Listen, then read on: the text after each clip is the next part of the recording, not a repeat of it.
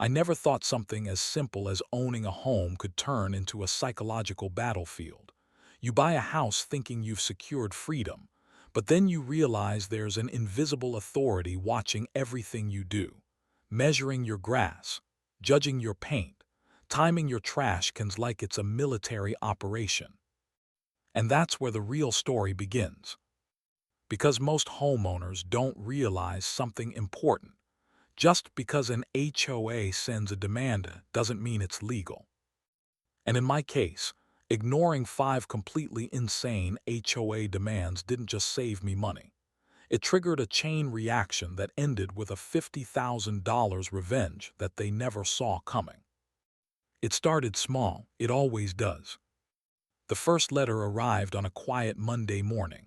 Clean envelope, official logo, that fake polite tone they always use, like they're doing you a favor while threatening you at the same time. Notice of violation. Apparently, my mailbox was non-compliant. Now here's the thing, this wasn't some broken, rusted box hanging off a pole. It was brand new, matte black, minimalist design, looked better than anything else on the street. But according to them, it didn't match the approved aesthetic. That was demand 1. Replace a perfectly good mailbox or face a $50 per day fine. Most people would just comply. It's easier, you don't want trouble.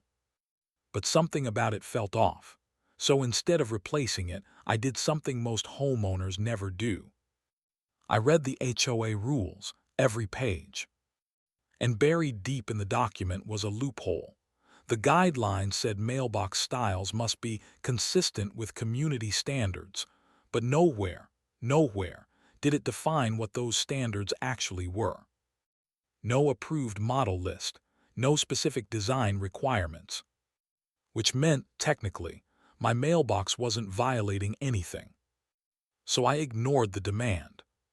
That's when things escalated. 2 weeks later, another letter showed up, this one less polite. Now they were fining me, $50 a day stacking up like a ticking time bomb. But I didn't pay.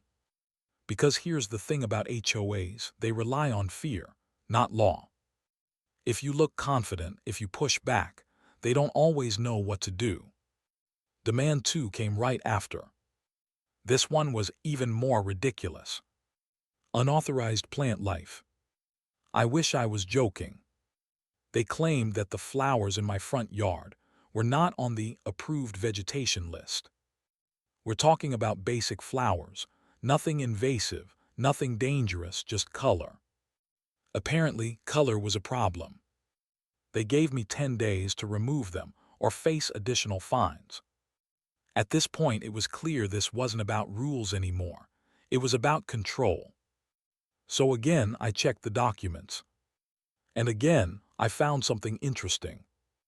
The HOA guidelines allowed natural landscaping variations, as long as they didn't obstruct views or create hazards.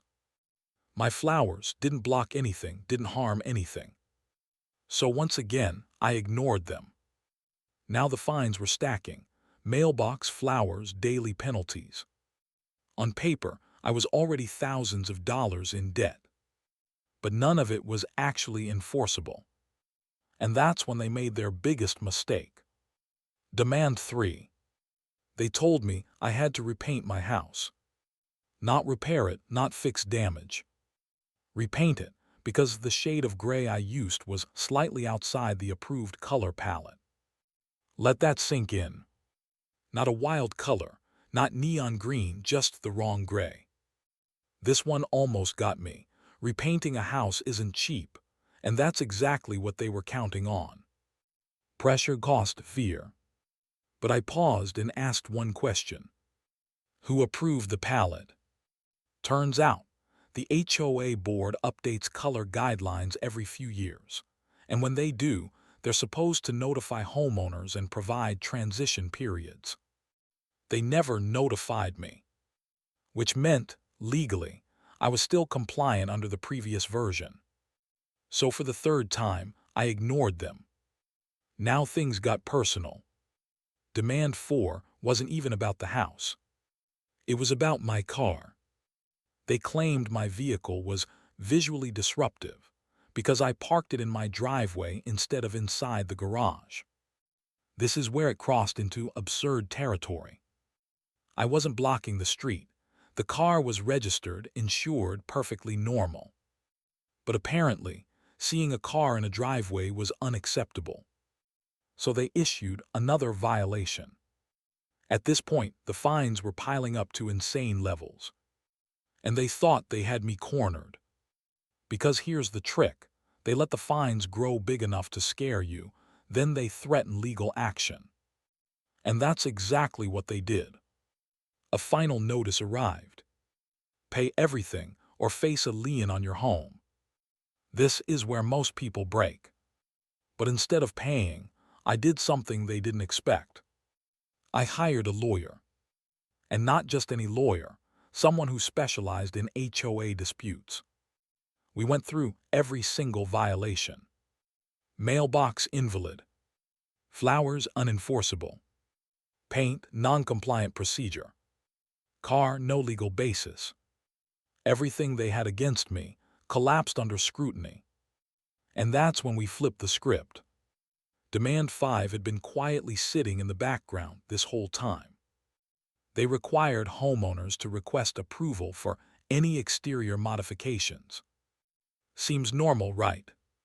But here's the twist. They had approved dozens of modifications for other homeowners without following their own procedures. No proper documentation, no consistent standards, just selective enforcement. And selective enforcement is illegal. That was the moment everything changed. Because now it wasn't about defending myself anymore.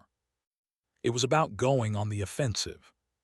We filed a case, not just to dismiss the fines, but for damages. Harassment, improper enforcement, failure to follow governing documents.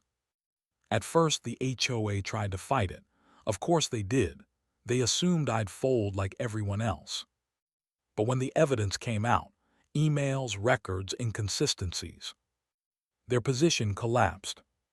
And suddenly, they wanted to settle. Vast. Because if the case went public, it wouldn't just affect me. It would expose everything. So they made an offer. $50,000. To make it all go away. No admission of guilt, no public statement, just a quiet agreement. And just like that, the same HOA that tried to squeeze me for fines ended up paying me. Now here's the part nobody tells you. This wasn't about money. It was about understanding one simple truth. HOAs only have power if you believe they do. Most of their authority comes from intimidation, not actual enforceable rules. And the moment you question them, the entire system starts to crack. But let me be clear, this isn't about ignoring every rule blindly. Some rules are valid, some protect the community. But when demands become unreasonable, inconsistent, or legally questionable, that's when you push back. Because if you don't, they keep going. More letters, more fines, more control. Until your home doesn't feel like yours anymore. So if you ever find yourself in that situation, remember this story. 5 insane demands, all ignored, and a $50,000 ending they never expected. Because sometimes, the best way to win is to stop playing by their fear.